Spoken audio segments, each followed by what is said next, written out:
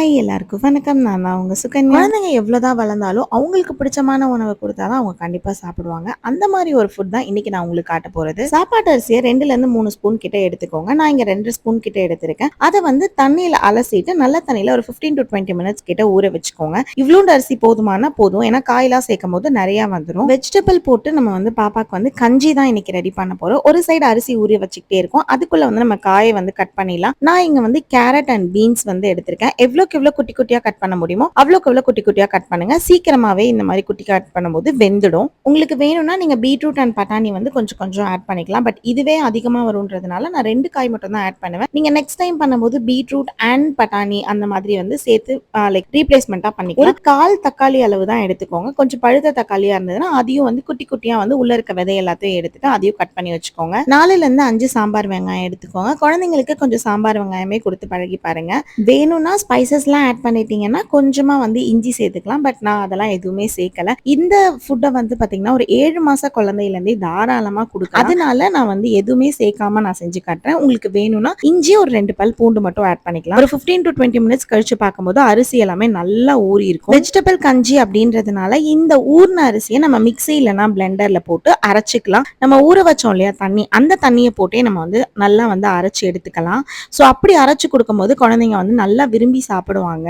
இதை நல்லா அரைச்சி எடுத்ததுக்கு அப்புறமா நம்ம வந்து அரிசி வேக வைக்கிற மாதிரி நம்ம வந்து தண்ணி கொஞ்சம் எக்ஸ்ட்ரா ஆட் பண்ணி இதை வந்து நம்ம வந்து வேக வச்சுக்கலாம். சாதத்தை ஒரு சைடு இது பாட்டுக்கு வந்து ஸ்லோ ஃபிளேம்ல வச்சு விட்டீங்கன்னா கொதிச்சு வந்துட்டு இருக்கும். இன்னொரு சைடு வந்து அந்த காய்கறிகளை வேக வச்சிடலாம். இந்த மாதிரி செய்யும் போது குழந்தைங்க காய்கறி எல்லாத்தையும் விரும்பி சாப்பிடுவாங்க. இது ஒரு சைடு கொதிச்சுட்டு இருக்கும் போது இன்னொரு சைட்ல ஒரு ஸ்பூன் ஆயில் இல்லைன்னா கீ போட்டுக்கோங்க. கொஞ்சமா ஜீரகம் ஆட் பண்ணி சின்ன வெங்காயம் கருகப்பிள்ளை ஆட் பண்ணிருக்கேன். என்கிட்ட கொத்தமல்லி இல்லாதனால நான் கொத்தமல்லி போடல. உங்ககிட்ட கொத்தமல்லி இருந்ததுன்னா நீங்க அதையும் போட்டுக்கோங்க. ஃபிளேவர் ரொம்பவே சூப்பரா இருக்கும். அதுக்கப்புறம் நறுக்கி வச்ச காய்கறி எல்லாத்தையுமே ஆட் பண்ணி 2ல இருந்து 3 நிமிஷம் நல்லா வந்து வதக்கிட்டீங்கன்னா காய்கறி எல்லாம் கொஞ்சம் சுண்டிரும். அதுக்கப்புறமா லைட்டா மட்டும் தண்ணி ஆட் பண்ணி காய்கறி வந்து வேக வச்சுக்கலாம். தண்ணி ரொம்ப ஆட் பண்ண வேணாம். காய்கறி லைட்டா வந்து முங்குற அளவுக்கு தண்ணி ஆட் பண்ணா போதும். ஒரு சின்ன கிளாஸ் அளவு ஆட் பண்ணிட்டு அதுலயே வந்து காய்கறி எல்லாமே வெந்துடும். 7 மாச குழந்தையில இருந்து இது கொடுக்கறதுனால ஸ்பைசஸ் எதுவுமே நான் பெருசா வந்து உங்களுக்கு ஆட் பண்ணி காட்டல. இது ஆட் பண்ணாமே ரொம்ப டேஸ்டா இருக்கும். கொஞ்சமா வந்து பெருங்காயத்தூள் மட்டும் ஆட் பண்ணிக்கோங்க. அதுக்கப்புறமா லைட்டா வந்து மஞ்சத்தூள் ஆட் பண்ணிக்கோங்க. உப்பெல்லாம் சேர்த்து நான் கொடுப்பேன் சிஸ்டர் அப்படின்னா இந்த ஸ்டேஜ்ல வந்து லைட்டா உப்பு வந்து ஆட் பண்ணிக்கோங்க. இன்னொரு சைட் பாத்தீங்கன்னா கஞ்சி வந்து நல்லா கொதிச்சிட்டு இருக்கு. இந்த சைடு வந்து காய்கறியும் வெந்துருச்சு. காய்கறி ஒரு 5 மினிட்ஸ்ல நல்லாவே வந்து சாஃப்ட் ஆயிரும். அதுக்கப்புறமா இதை மிக்சியில பிளெண்டர்ல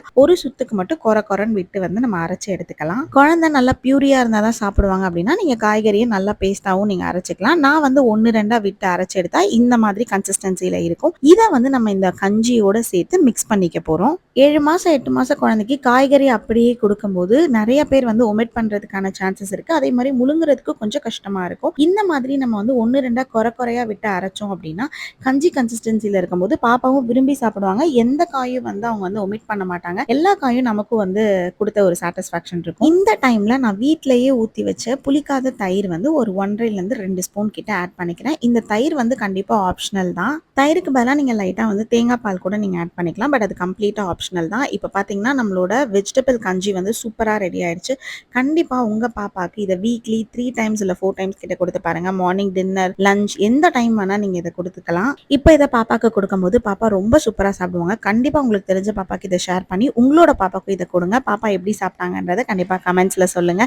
உங்ககிட்ட ஒரு கொஸ்டின், நீங்க உங்க பாப்பாக்கு ஃபுட் கொடுக்கும் போது யூடியூப் இல்ல டிவி அந்த மாதிரி போட்டு தான் ஃபுட் கொடுப்பீங்களா, இல்ல நீங்க உங்க பாப்பா மட்டும் தனியா உட்காந்து ஃபுட் சாப்பிடுவீங்களா அப்படின்றத கண்டிப்பா கமெண்ட்ஸ்ல சொல்லுங்க. ஹானஸ்டா ரிப்ளை பண்ணுங்க. We'll see you in the next video. Bye.